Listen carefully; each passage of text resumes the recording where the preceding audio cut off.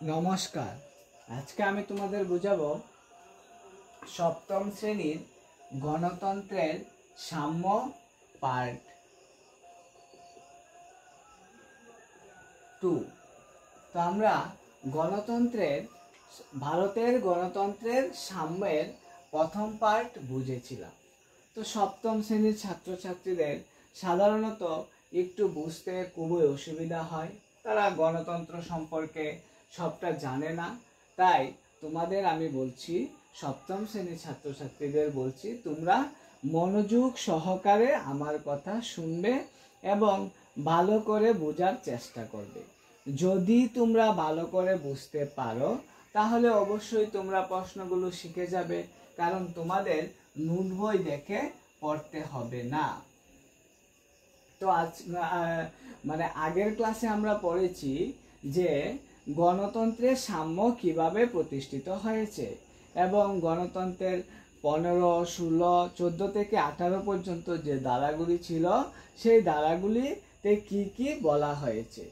এবার আমাদের যে লাস্ট পার্ট অর্থাৎ পার্ট 2-এ কি আছে, অন্যান্য গণতান্ত্রিক দেশে সাম্য প্রতিষ্ঠা আন্দোলন, অর্থাৎ আমাদের দেশে যেমন গণতন্ত্র প্রতিষ্ঠা হয়েছে, সাম্য প্রতিষ্ঠিত হয়েছে, ঠিক তেমনি অন্যান্য দেশেও গণতন্ত্র প্রতিষ্ঠার জন্য আন্দোলন শুরু করেছিল। সমান অধিকারের লড়াই শুধু ভারতবর্ষে নয়, বিভিন্ন দেশে এই আন্দোলন দেখা গিয়েছিল, অর্থাৎ ভারতবর্ষের পরেও দেখা গিয়েছে, ভারতবর্ষের আগেও দেখা গিয়েছে, বিশেষত ভারতবর্ষের পরেই বেশি দেখা গিয়েছে। যেমন আজকের ভারতবর্ষ 75 বছর আগে এরকম ছিল না। তোমরা জানো, ধর্ম, বর্ণ, জাতি, উপজাতিকে কেন্দ্র করে একটা অগণতান্ত্রিক সাম্য বা অসাম্য ভিত্তিক সমাজ ব্যবস্থা ছিল এবং এই সমাজ ব্যবস্থা ছিল খুবই সাধারণ। আমাদের পাঠ্য বইতে দেওয়া আছে যে আমেরিকার কৃষ্ণাঙ্গ এবং কালো মানুষদের উপর অমানবিক আচরণ করা হতো, ফলে তারা তীব্র প্রতিবাদ করেছিল।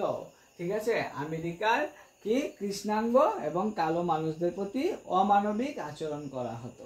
এবার আমরা 1955 খ্রিস্টাব্দে রোজা পার্কস নামে একজন মহিলা, আফ্রো আমেরিকান মহিলা ছিলেন, যাদের আদিবাসী ছিল আমেরিকার, অর্থাৎ আফ্রিকার আদিবাসী। আমেরিকান আদিবাসী ছিল, তাদের আদি নিবাস ছিল আফ্রিকায়। ঠিক আছে, তিনি, এবার তোমাদের প্রশ্ন, রোজা পার্ক কে? হ্যাঁ, তিনি ছিলেন একজন আফ্রো আমেরিকান বংশোদ্ভূত মহিলা। তিনি 1955 খ্রিস্টাব্দে সর্বপ্রথম বর্ণবৈষম্যের বিরোধিতা করেন, যা এক সময় নাগরিক আন্দোলন নামে পরিচিত হয়েছিল। পরে অবশ্যই তা 1964 খ্রিস্টাব্দে সম্পূর্ণভাবে নিষিদ্ধ হয়ে গিয়েছিল, অর্থাৎ বর্ণবৈষম্য সম্পূর্ণভাবে নিষিদ্ধ হয়ে গিয়েছিল। গণতন্ত্রের সাম্য গণতন্ত্রের সমস্যা, তারপরেও গণতন্ত্রের মধ্যে কিছু কিছু সমস্যা রয়ে গিয়েছিল। ভারতকে বৃহত্তম গণতান্ত্রিক রাষ্ট্র বলা হয় বটে, কিন্তু ভারতেও কিছু গণতন্ত্রের সমস্যা রয়ে গিয়েছিল। যেমন ধরো, ভারতবর্ষের বৃহত্তম গণতান্ত্রিক রাষ্ট্র বলা হলেও এই গণতন্ত্র কি সম্পূর্ণ রূপ ধারণ করতে পেরেছিল? সেই প্রশ্ন এখনো অনেকে তর্ক বিতর্কের মধ্যে রয়েছে। তাছাড়া সাম্যের অধিকার থাকলেও বাস্তবে তা কতটা রক্ষিত হয়েছিল তা নিয়ে কিন্তু এখনো প্রশ্ন দেখা দেয়। এই সব দিকগুলো আমাদের বিচার বিশ্লেষণ করতে হবে একজন ছাত্রছাত্রী হিসাবে, আর তোমাদের অধ্যায়ে এটাই ছিল। তারপর আছে অস্পৃশ্যতা, অর্থাৎ অস্পৃশ্যতা বলতে কি বুঝো?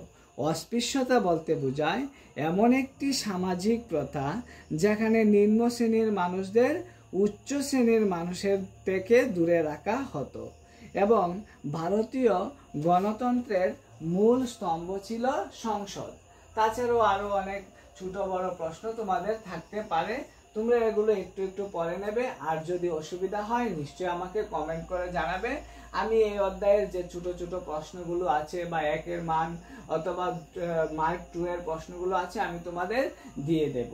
অর্থাৎ সংবিধান কি, বর্ণ বৈষম্য কি, সাম্য বলতে কি বুঝো, ভারতের পৃথিবীর বৃহত্তম গণতান্ত্রিক রাষ্ট্র কোনটি, কৃষ্ণাঙ্গ বর্ণ কাদের বলা হয়, এই সব কিছু যে প্রশ্নগুলো আছে ওইগুলি তোমরা নোট বই থেকে দাগিয়ে শিখে নেবে। তারপরও অসুবিধা হলে আমাকে কমেন্ট করে অবশ্যই জানাবে। ধন্যবাদ, সবাই ভালো থাকবে।